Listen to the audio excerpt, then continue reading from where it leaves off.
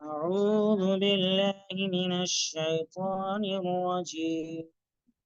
بسم الله الرحمن الرحيم. يسألونك عن الشهر الحرام قتال فيه، قل قتال فيه كبير وصد عن سبيل الله وكفر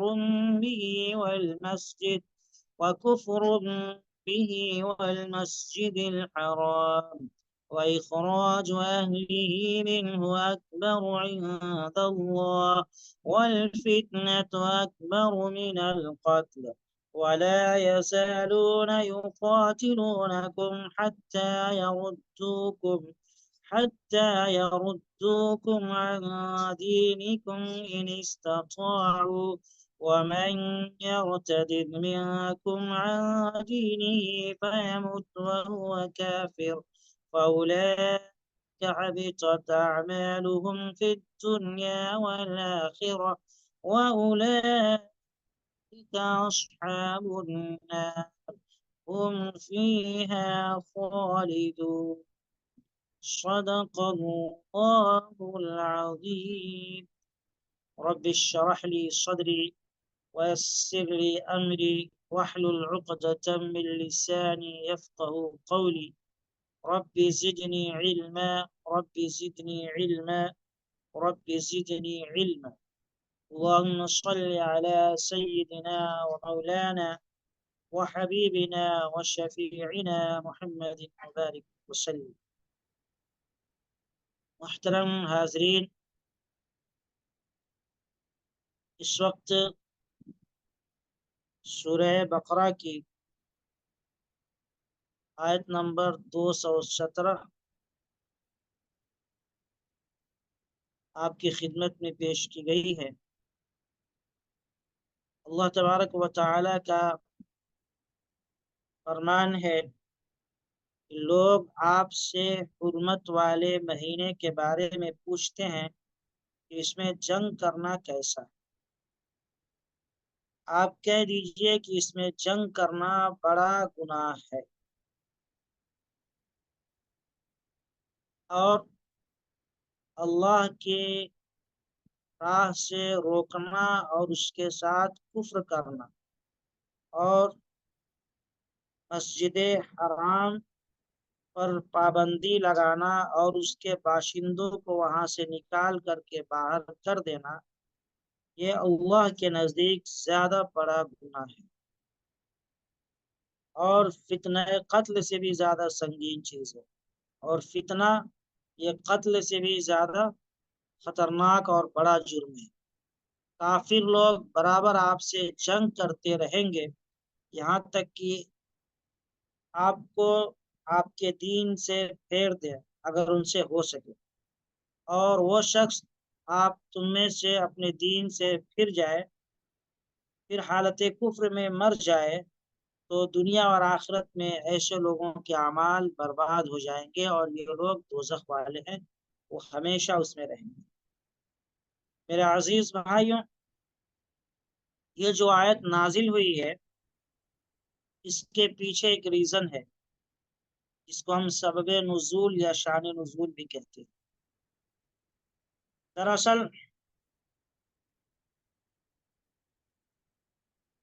اسلام میں، بلکہ اسلام سے قبل مشرکین عرب جو تھے وہ 4 مہینوں کی حرمت کا بہت خیال رکھتے تھے۔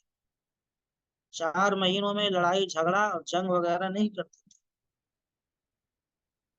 ذی القعدہ، ذی الحجہ اور محرم، اور ایک مہینہ رجب، ان 4 مہینوں کا بہت ادب کرتے تھے، بہت احترام کرتے تھے۔ ان کو اشہر حرم کہا جاتا ہے، حرمت والے مہینے، اور اسلام میں بھی ان کی اہمیت وہی ہے جو اس زمانے میں تھی۔ زمانے جاہلیت میں، اسلام میں بھی ان 4 مہینوں کی حرمت کو باقی رکھا گیا ہے۔ ہوا یہ کہ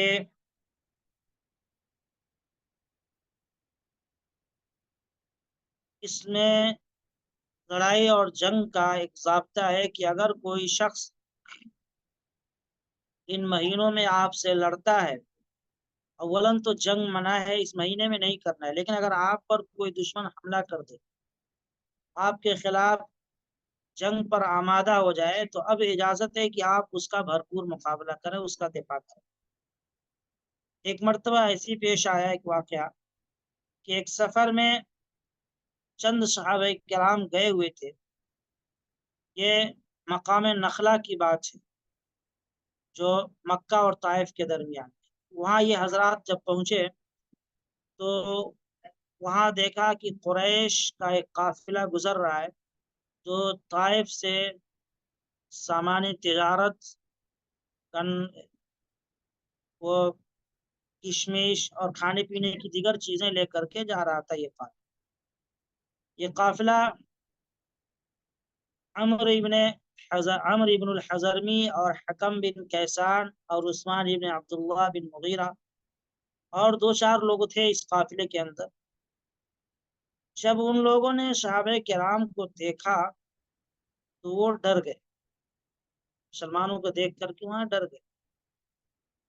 حضرات صحابہ نے دیکھا کہ یہ لوگ ڈرے ہوئے ہیں، تو حضرت عبداللہ ابن جحش رضی اللہ تعالی عنہ ہیں، انہوں نے اپنے ساتھیوں سے کہا کہ دیکھو یہ لوگ خوف زدہ ہو گئے ہیں، یہ ہمارے دشمن ہیں، لہذا ہمیں ان پر حملہ کر دینا چاہیے۔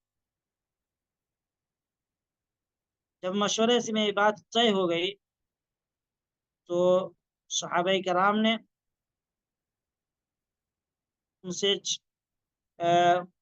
ان پر حملہ کیا، اور جب دونوں طرف سے لڑائی شروع ہو گئی تو جو قافلہ تھا مشرکین میں سے، ان میں سے ایک شخص تھا عمرو ابن امیہ زمری، یہ مسلمانوں کے ہاتھ مار دیا۔ جس دن یہ لڑائی ہوئی تھی تو وہ جمادی اخرا کی 29ویں تاریخ تھی، شام کے وقت میں۔ جمادی الاخرا کی 29ویں تاریخ تھی، شام کا وقت تھا۔ جیسی اس کو قتل کیا گیا تو کچھ ہی دیر کے بعد رجب کا چاند نظر آیا، کیونکہ جمادی الاخرا کے بعد رجب کا مہینہ آتا ہے، تو رجب کا چاند نظر آ گیا۔ اب اس پر مشرکین جو تھے انہوں نے مسلمانوں کے خلاف یوں سمجھ لیں کہ ایک طوفان برپا کر دیا۔ ان کو ایک موقع مل گیا مسلمانوں کے خلاف بولنے کا، جیسے آج کل میڈیا والوں کو کچھ تھوڑی سی بھنک لگتی ہے اسلام کے خلاف، مسلمانوں کے خلاف کوئی بات ان کے سامنے آتی ہے تو وہ اس کو لے کر کے پورا طوفان کھڑا کر دیتے ہیں اور دنیا کو یہ دکھانے کی کوشش کرتے ہیں کہ یہ لوگ ان سے دنیا کو ختم کریں اور یہ لوگ غلط ہوتے ہیں۔ اسی طریقے سے وہاں بھی ہوا۔ جب مشرکین نے اس پر بہت طوفان مچایا اور بدنام کرنے لگے مسلمانوں کو کہ دیکھو مسلمان یہ حرمت والے مہینوں کا بھی خیال نہیں رکھتے ہیں، انہوں نے اس مہینے میں ہمارے لوگوں کو مارا ہے، جبکہ اس حرمت کے مہینے میں جنگ کرنا منع تھا۔ حالانکہ صحابہ کرام نے جو حملہ کیا تھا تو وہ رجب کا مہینہ ابھی شروع نہیں ہوا تھا، وہ تو جمادی الاخرا کی آخری تاریخ تھی۔ صحابہ کرام یہی سمجھ رہے تھے کہ جمادی الاخرا کی آخری تاریخ ہے، اگر انہیں پتہ ہوتا رجب کا مہینہ شروع ہو گیا ہے تو کبھی نہیں کرتے صحابہ کرام۔ بہرحال مشرکین یہ کہنے لگے کہ دیکھو مسلمان اور محمد نے اس مہینے کو حلال کر لیا، اس میں لڑائی جھگڑا حرام ہے، لیکن انہوں نے اس مہینے کو حلال کر لیا، ہمارے لوگوں کو مار دیا۔ کہنے لگے کہ یہ مہینہ تھا امن اور سکون کا، اس میں ہم لوگ جاتے تھے بلا خوف و خطر، تجارت کرتے تھے، بزنس کرتے تھے، پورے شہروں میں جاتے تھے، پوری دنیا میں جاتے تھے، ہمیں کوئی خطرہ نہیں تھا۔ اب یہ مسلمان آئے ہیں، یہ لوگ تو کہتے ہیں کہ ہاں یہ مہینہ حرمت والا ہے، اس میں لڑائی جھگڑا نہیں کرنا ہے، لیکن یہ لوگ اس مہینے کی حرمت کا خیال نہیں کرتے۔ مسلمانوں کے جس جماعت نے حملہ کیا تھا، قریش مکہ نے اس جماعت کو بہت پریشان کیا، بہت بدنام کیا، اور حضور پاک صلی اللہ علیہ وسلم کو بھی جب یہ خبر ملی تو آپ نے بھی پسند نہیں کیا کہ انہوں نے ایسا کیوں کیا۔ آپ صلی اللہ علیہ وسلم نے بھی پسند نہیں کیا، اور آپ صلی اللہ علیہ وسلم نے بلکہ صحابہ کرام سے کہا کہ میں نے تو تمہیں شہر حرام میں قتل کرنے کا حکم بالکل نہیں دیا تھا، تم نے کیوں قتل کیا؟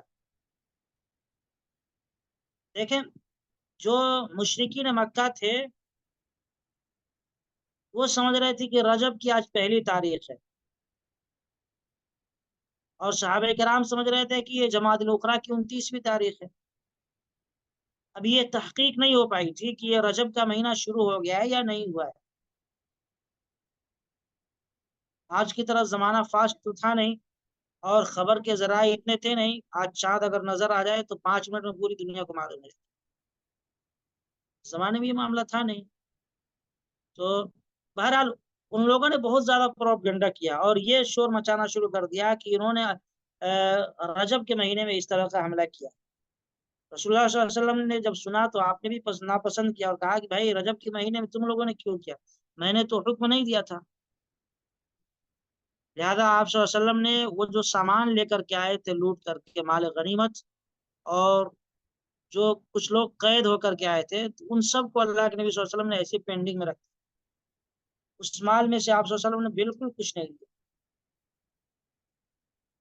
اب جو صحابہ کرام اس جھڑپ میں شریک تھے، جنہوں نے یہ کارروائی کی تھی، انہیں بڑی شرمندگی محسوس ہوئی۔ انہوں نے عرض کیا کہ یا رسول اللہ، ہم نے عمرو بن حضرمی کو قتل کیا ہے تو رجب کے مہینے میں نہیں کیا ہے، ہم نے شام کے وقت میں کیا ہے۔ جمادی الاخری کی 29ویں تاریخ تھی، رجب کا چاند ابھی نظر نہیں آیا تھا، چاند کے نظر آنے سے پہلے ہم نے قتل کیا ہے۔ بہرحال جب کفار نے، مشرکین نے بہت زیادہ اس پر ہنگامہ کھڑا کیا تو اللہ تبارک و تعالی نے یہ آیت نازل فرمائی۔ جب یہ آیت نازل ہوئی تو اس کے بعد اللہ کے نبی صلی اللہ علیہ وسلم نے پورا سامان لیا مال غنیمت کا، اور اس میں سے سب کو تقسیم کر دیا، اور خمس جو تھا اس کو الگ کر دیا۔ جو مال غنیمت کا قاعدہ اور ضابطہ ہے اس کے مطابق اللہ کے نبی صلی اللہ علیہ وسلم نے تقسیم کیا۔ اور جو لوگ قید ہو کر کے آئے تھے، جن کو مسلمانوں نے قیدی بنایا تھا، تو ان کو ان سے مال لے کر کے ان کو چھوڑ دیا گیا۔ مکہ والوں نے خود آ کر کے ان کو چھڑایا، پیسے دیے، مال دیے، اور اسے بدلے میں چھڑا کر کے لے گئے۔ تو بہرحال اسی موقع پر یہ آیت نازل ہوئی۔ اللہ تبارک و تعالیٰ فرماتے ہیں یسألونک عن الشہر الحرام قتال فی، اے میرے محبوب صلی اللہ علیہ وسلم، لوگ آپ سے حرمت والے مہینوں کے بارے میں پوچھتے ہیں کہ اس میں جنگ کرنا کیسا ہے، تو آپ کہہ دیجئے کہ اس میں جنگ کرنا بہت بڑا گناہ ہے، اس میں جنگ کرنا بہت بڑا جرم ہے۔ قل قتال فیہ کبیر، اس میں جنگ کرنا بڑا جرم ہے۔ لیکن یہ بھی یاد رکھنا چاہیے کہ وصد عن سبیل اللہ وکفر به والمسجد الحرام واخراج اہلہ منہ اکبر عند اللہ والفتنة اکبر من القتل۔ لوگوں کو یہ بھی یاد رکھنا چاہیے کہ اللہ کے راستے سے روکنا، اس کے خلاف کفر کی روش اختیار کرنا، اسی طریقے سے مسجد حرام سے لوگوں کو روکنا، مسجد حرام میں داخل نہ ہونے دینا، اور جو لوگ مکہ کے رہنے والے ہیں ان کو مکہ سے نکال کر کے باہر بھگا دینا، یہ اللہ کے نزدیک اس سے بھی زیادہ بڑا جرم ہے، اس سے بھی خطرناک جرم ہے۔ بھائی قتل ہو گیا غلط فہمی کی بنیاد پر، اگر رجب کا ہی مہینہ ہے تو صحابہ کرام نے قتل والا معاملہ جو انجام دیا تھا، کاروائی انجام دی تھی، وہ یہ سمجھ رہے تھے کہ رجب ابھی شروع نہیں ہوا ہے۔ اولن تو رجب کا چاند نظر نہیں آیا تھا، اس سے پہلے یہ کام ہوا۔ لیکن جیسا کہ مشرکین الزام لگا رہے تھے کہ رجب کے مہینے میں ہوا، چاند نظر آ گیا تھا، تو اگر بالفرض چاند نظر بھی آ گیا تھا تو صحابہ کرام سے غلطی ہوئی، وہ سمجھ رہے تھے کہ ابھی چاند نظر نہیں آیا ہے، رجب کا مہینہ شروع نہیں ہوا ہے، تو اس غلط فہمی میں قتل ہو گیا۔ اس سے بڑا تو جرم یہ ہے کہ جو تم فتنہ کھڑا کر رہے ہو اور مسجد حرام سے لوگوں کو روک رہے ہو، مکہ والوں کو مکہ سے نکال کر کے بھگا رہے ہو، جو مسلمان ہو گئے تھے ان کی زندگی حرام کر دی تھی مکہ والوں، بہت کے مال پر قبضہ کر لیا تھا، بہت سے مسلمان گھر بار چھوڑ کر کے چلے گئے تھے، بلکہ تقریباً تمام نے ہجرت کر لی، سب مدینہ آ گئے تھے۔ یہ سب کون کیا تھا؟ مکہ کی یہی کافر کر رہے تھے، جو ایک قتل کی وجہ سے اتنا بڑا ہنگامہ کھڑا کر۔ اللہ فرماتے ہیں کہ دیکھو، مسجد سے، اللہ کے گھر سے لوگوں کو روکنا، مسجد حرام میں نہ جانے دینا مسلمانوں کو، اسی طریقے سے مکہ سے نکال کر کے بھگا دینا، یہ تو سب سے بڑا خطرناک۔ والفتنة اکبر من القتل، اور فتنہ کھڑا کرنا یہ قتل سے بھی زیادہ خطرناک ہے۔ ایک قتل ہو گیا تو تم شور ہنگامہ مچا رہے ہو، اور فتنہ کھڑا کر رہے ہو، تو یہ فتنہ کھڑا کرنا اور لوگوں کے ذہن اور دماغ کو خراب کرنا خام خواہ، یہ تو قتل سے بھی زیادہ سنگین جرم ہے۔ وَلَا يَزَالُونَ يُقَاتِلُونَكُمْ حَتَّى يَرُدُّوكُمْ عَنْ دِينِكُمْ إِنِ اسْتَطَاعُوا۔ اللہ فرماتے ہیں کہ یہ کافر تم لوگوں سے برابر جنگ کرتے رہیں گے، یہاں تک کہ اگر ان کا بس چلے تو یہ تم کو تمہارے دین سے الگ کر دے۔ اللہ فرماتے ہیں کہ ان کفار سے ہوشیار رہنا، یہ فتنہ پرور لوگ ہیں، فتنہ کھڑا کرنے والے۔ ایک قتل کیا ہو گیا کہ ان لوگوں نے ہنگامہ کھڑا کر دیا، سب کے ذہن اور دماغ کو خراب کر رہے ہیں، اسلام کی نفرت لوگوں کے دلوں میں ڈال رہے ہیں، جبکہ حقیقت کچھ اور ہے۔ اسلام کی نفرت لوگوں کے ذہن میں ڈال رہے ہیں، اور اسلام کو اور مسلمانوں کو بدنام کرنے کی کوشش کر رہے ہیں، یہ فتنہ کھڑا کر رہے ہیں۔ یہ فتنہ کھڑا کرنا یہ قتل سے بھی سنگین جرم ہے۔ اور اللہ فرماتے ہیں کہ اگر ان کا بس چلے نا، یہ تم سے ہمیشہ لڑتے رہیں گے، ان کی عادت لڑائی کی ہے، یہ امن اور سکون سے رہنے والے لوگ نہیں ہیں، یہ لڑتے رہیں گے۔ اور اگر ان کا بس چلے، ان کے پاس طاقت ہو، تو یہ تم کو تمہارا مذہب سے چھڑا دے۔ کوشش بھی کی ان لوگوں نے، جب تک مسلمان مکے میں تھے تب تک کافروں نے پوری ایڑی چوٹی کا زور لگا دیا کہ مسلمان کسی طریقے سے اسلام سے پھر گئے، مارا گیا، انہیں ستایا گیا۔ خود نبی رحمت صلی اللہ علیہ وسلم کو کتنی سخت تکلیفیں دی گئی۔ حضرت بلال حبشی رضی اللہ تعالیٰ عنہ کو آگ کی انگاروں پر لٹایا جاتا تھا، مارا جاتا تھا، بے ہوش ہو جاتے تھے، مارنے والے تھک جاتے تھے، اور ان سے کہا جاتا تھا کہ محمد کو چھوڑ دو، اسلام کو چھوڑ دو، تم اپنے پرانے مذہب میں آ جاؤ، سب کچھ ہم تمہیں آزاد کر دیں۔ تو اللہ فرماتے ہیں کہ ان کی بس چلے، یہ تم کو تمہارے دین سے پھیر دے۔ فَيَمُتْ وَهُوَ كَافِرٌ فَأُولَٰئِكَ حَبِطَتْ أَعْمَالُهُمْ فِي الدُّنْيَا وَالْآخِرَةِ۔ اور اگر تم میں سے، اللہ نے آخر میں بہت سخت ہدایت دی، اگر یاد رکھو تم میں سے کوئی شخص اپنا مذہب چھوڑ دے اور کافر ہو کر کے مر جائے، تو ایسے لوگوں کے اعمال دنیا اور آخرت دونوں جہاں میں برباد ہو جائیں گے۔ ایسے لوگ دوزخ والے ہیں، ہمیشہ اسی میں رہیں گے۔ دیکھیں، یہ بالکل ضابطہ اور قاعدہ ہے کہ اگر کوئی کسی کے بہکاوے میں آ کر کے اسلام قبول کرنے کے بعد اسلام سے پھر جاتا ہے، کافر اور مرتد ہو جاتا ہے، تو اب اس کے جو اعمال ہیں جو اس نے اسلام کی حالت میں کیے تھے، سارے اعمال ضائع ہو جائیں گے۔ ظاہر سی بات ہے کہ اس اعمال کی وجہ سے اس کو کوئی فائدہ نہیں ہو، کیونکہ وہ کافر ہو گیا، اب وہ جنت میں نہیں جا سکتا۔ تو جتنی اس نے نمازیں پڑھی، صدقہ خیرات کیے تھے اسلام کی حالت میں، وہ اس کا کوئی فائدہ اسے نہیں ملے۔ اس جملے میں اللہ تبارک و تعالی نے مرتد کے تعلق سے کچھ احکامات بتلائے۔ دین اسلام قبول کرنے کے بعد اگر کوئی شخص اسلام کو چھوڑ کر کے کوئی دوسرا مذہب اختیار کر لیتا ہے، تو یاد رکھیں کہ اس کے سارے اعمال ضائع ہو جائیں گے جو وہ اس نے اسلام کے زمانے میں کیے تھے۔ کفر کی وجہ سے اجر و ثواب بھی ختم ہو جاتا ہے، دنیا میں بھی ان کے اعمال کا فائدہ نہیں ہوگا۔ اللہ فرماتے ہیں اسی لیے کہ فَأُولَٰئِكَ حَبِطَتْ أَعْمَالُهُمْ فِي الدُّنْيَا وَالْآخِرَةِ، کہ ان کے اعمال دنیا میں بھی تباہ و برباد ہو گئے اور آخرت میں بھی کوئی کام نہیں ہے، اعمال پر کوئی ثواب ہی نہیں ملے۔ اب یہ مسئلہ کیا ہے؟ یہ تو ان کے اعمال کے ثواب اور جزا کا مسئلہ تھا کہ اگر وہ کچھ عمل کیے ہیں تو ان کے اعمال کا ثواب نہیں ملے گا۔ اچھا، اگر کوئی مرتد ہو جاتا ہے تو قانون کے اعتبار سے اس کو دنیا میں کیا سزا ہوگی؟ اس سلسلے میں یاد رکھنا چاہیے کہ اگر العیاذ باللہ، اللہ حفاظت فرمائے، کوئی شخص مرتد ہو جائے، اسلام سے پھر جائے، تو اس کے شکوک اور شبہات کو دور کیا جائے گا۔ 3 دن تک اسے بند رکھا جائے گا، ٹھیک ہے؟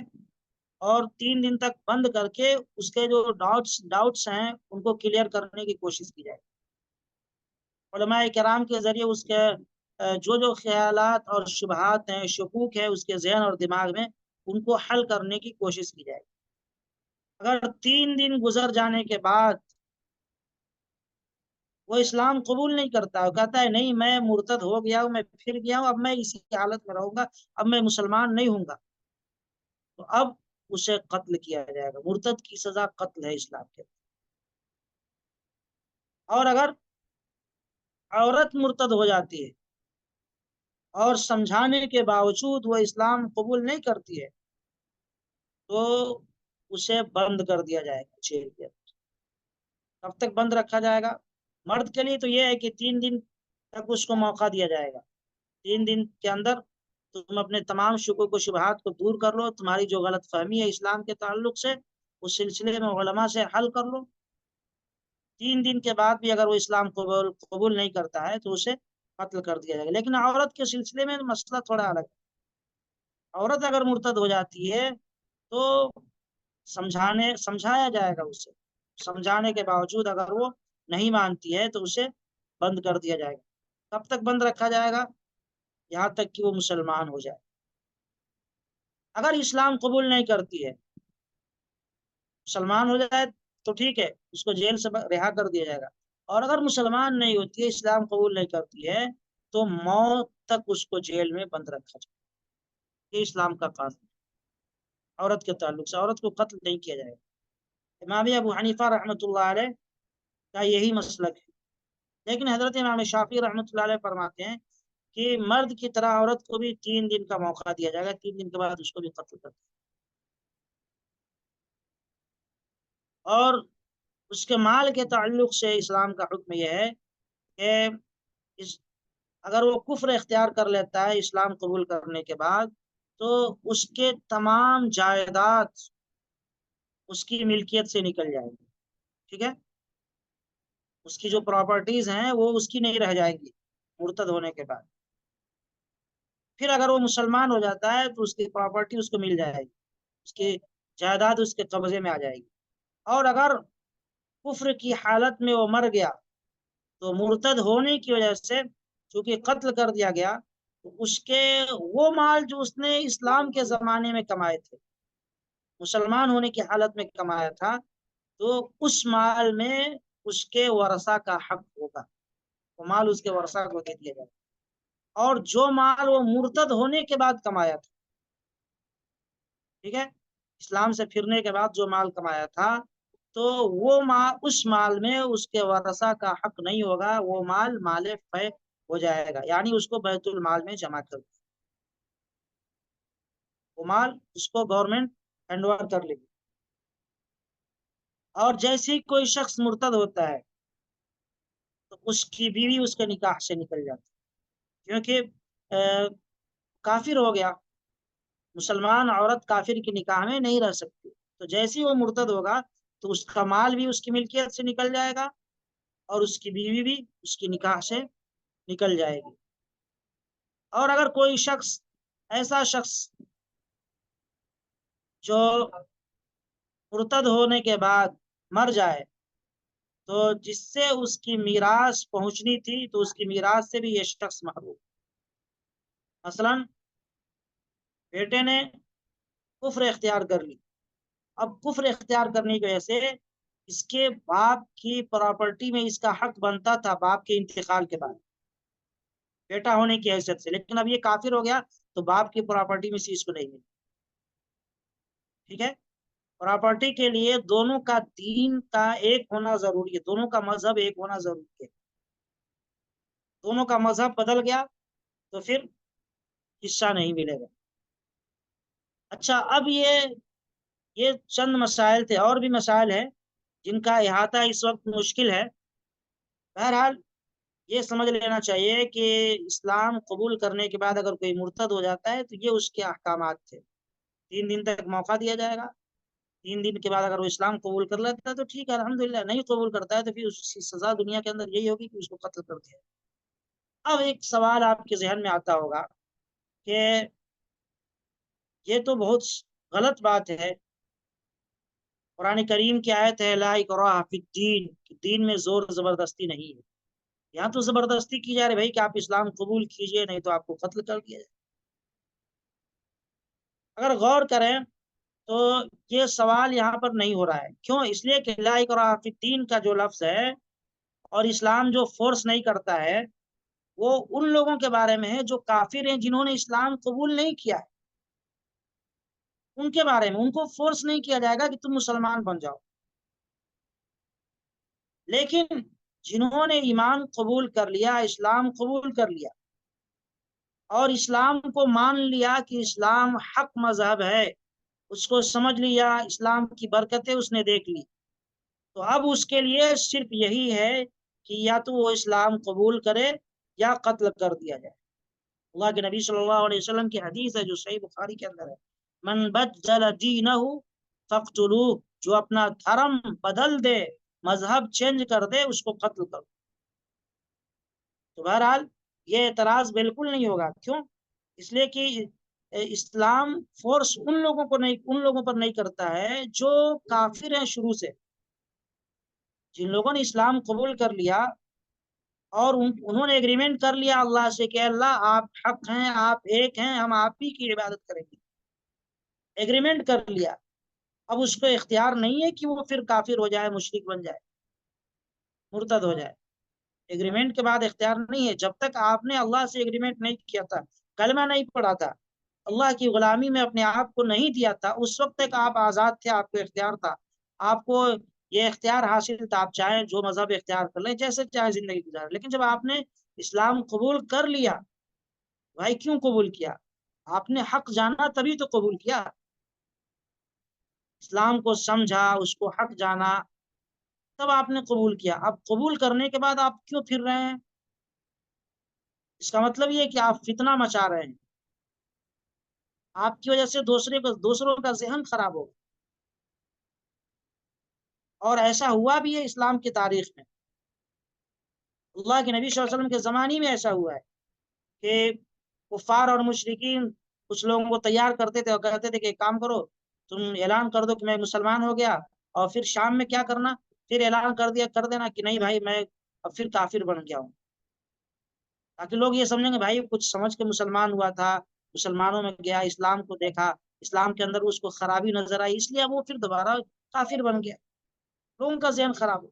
یہ کافر کرتے تھے، اللہ کے نبی صلی اللہ علیہ وسلم کے زمانے میں کرتے تھے، اسی لیے اسلام نے سخت پابندی لگا دی، اگر نہیں آنا ہے تو مت آؤ، کوئی حرج نہیں ہے، لیکن جب آ گئے اسلام میں تو اب ادھر سے واپس نہیں جاتے۔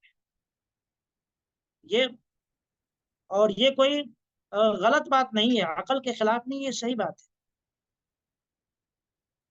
کوئی بھی مذہب اس کی اجازت نہیں دے گا کہ انسان اس مذہب کو چھوڑ دے اختیار کرنے کے بعد۔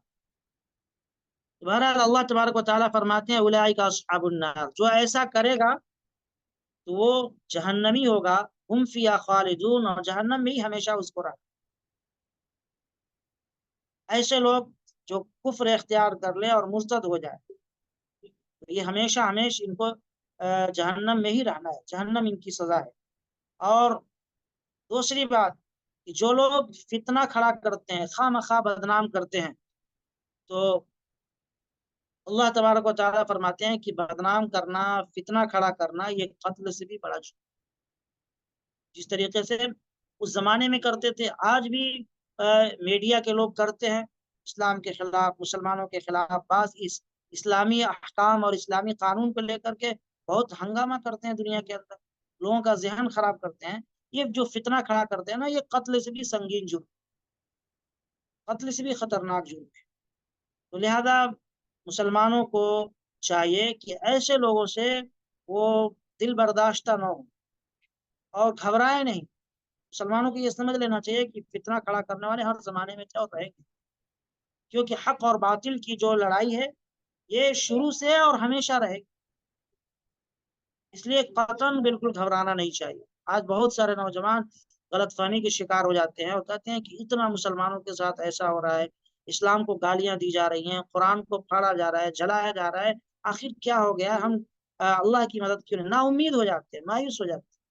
انہیں سمجھ لینا چاہیے کہ اس طرح کے بدتمیزی ہر زمانے میں جو اسلام کے دشمن رہے انہوں نے کی ہے، ہر دور میں کی ہے، لہذا ہمیں خود اللہ کے نبی صلی اللہ علیہ وسلم کے زمانے میں ہوا ہے، ہمیں گھبرانا نہیں چاہیے حالات سے، اور حالات کا ڈٹ کر مقابلہ کرنا چاہیے، بالکل نا امید نہیں ہونا چاہیے، حق پر جمے رہنا چاہیے۔ اللہ ہمیں اور آپ کو سب کو حق پر استقامت نصیب فرمائے۔ وآخر دعوانا الحمد للہ رب العالمین۔